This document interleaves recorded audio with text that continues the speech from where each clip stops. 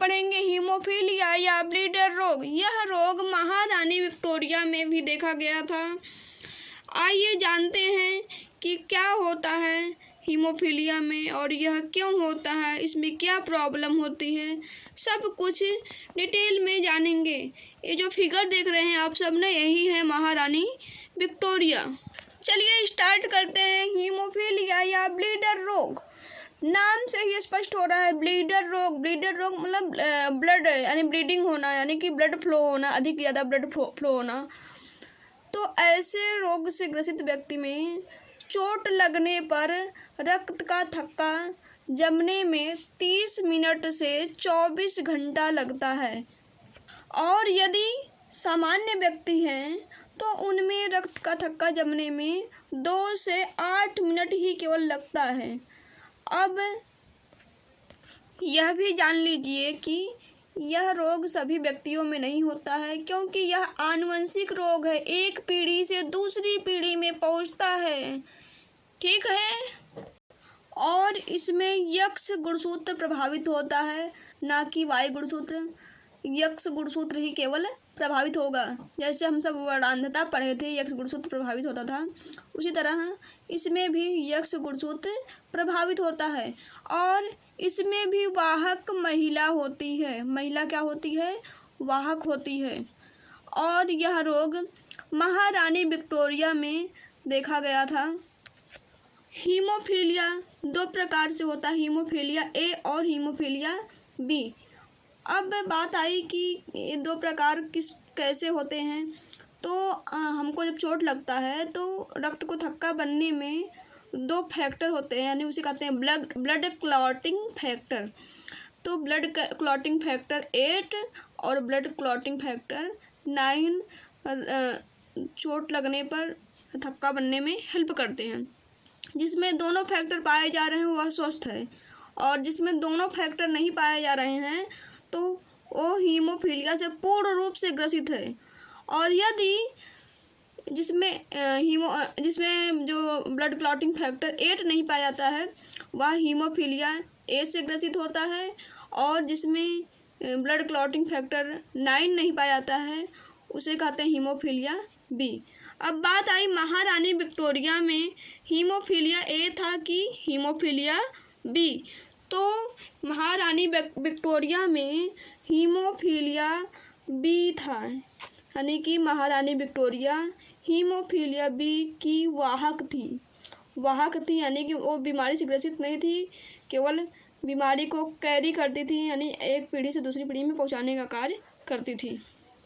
और तो भाई इसकी गजब की कहानी है। इसे रॉयल डिजीज भी कहते हैं। रॉयल डिजीज या शाही बीमारी, यानी शाही खानदान होते हैं ना, अमीरों के घर होते हैं, तो शाही बीमारी या रॉयल डिजीज भी कहते हैं।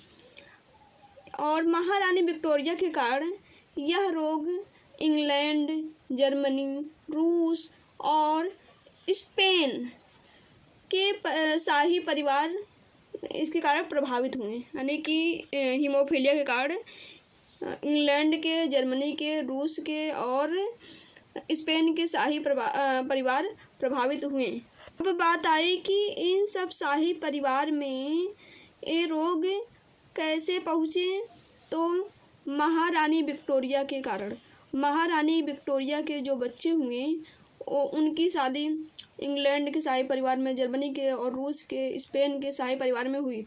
तो इनके द्वारा उनके बच्चे हुआ और बच्चों से उनके जो रिश्तेदार हुए उनके में चला गया। इसीलिए यानी सभी शाही परिवार में देखा गया, यानी कि रॉयल परिवार में देखा गया, तो इसीलिए इसे रॉयल डिजीज या शाही बीमारी भी कहते हैं। अब बात आई कि वाहक हैं या हीमोफीलिया से ग्रसित हैं, उनको किस प्रकार से इंडिकेट करते हैं।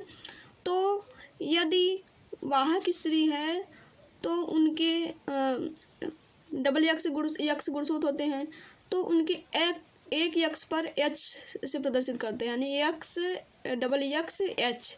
और यदि हीमोफिलिक पुरुष है तो एक्स के ऊपर एच और वाई। यदि हीमोफिलिक स्त्री है तो उनके दोनों एक्स के ऊपर एच, यानी कि दोनों गुणसूत्र जो हीमोफीलिया से ग्रसित है। तो महारानी विक्टोरिया के गुणसूत्र कुछ इस प्रकार से थे। आइए क्रॉस करा के देखते हैं कि महारानी विक्टोरिया के जो बच्चे थे वह वाहक थे कि हीमोफीलिया से ग्रसित थे। सब कुछ देखेंगे। ये जो गुणसूत्र है यह महारानी विक्टोरिया का है और ये उनके पति का है। अब इनका युग्मक निकाला गया है। यहाँ पे इनके पति का युग्मक भी निकाला गया है।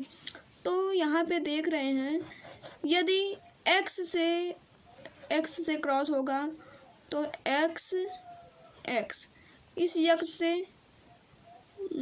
इस y से क्रॉस होगा तो यक्ष y, और यहाँ पे यक्ष से x से क्रॉस होगा तो यक्ष और यक्ष यच, और यहाँ पे यदि यहाँ इससे क्रॉस होगा तो यक्ष एच वाई।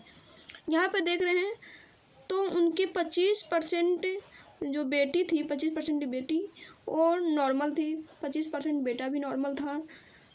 25% जो उनकी बेटी थी वो वाहक थी और 25% उनका जो बेटा था यानी पुत्र था वो हीमोफिलिक था यानी हीमोफीलिया से ग्रसित था।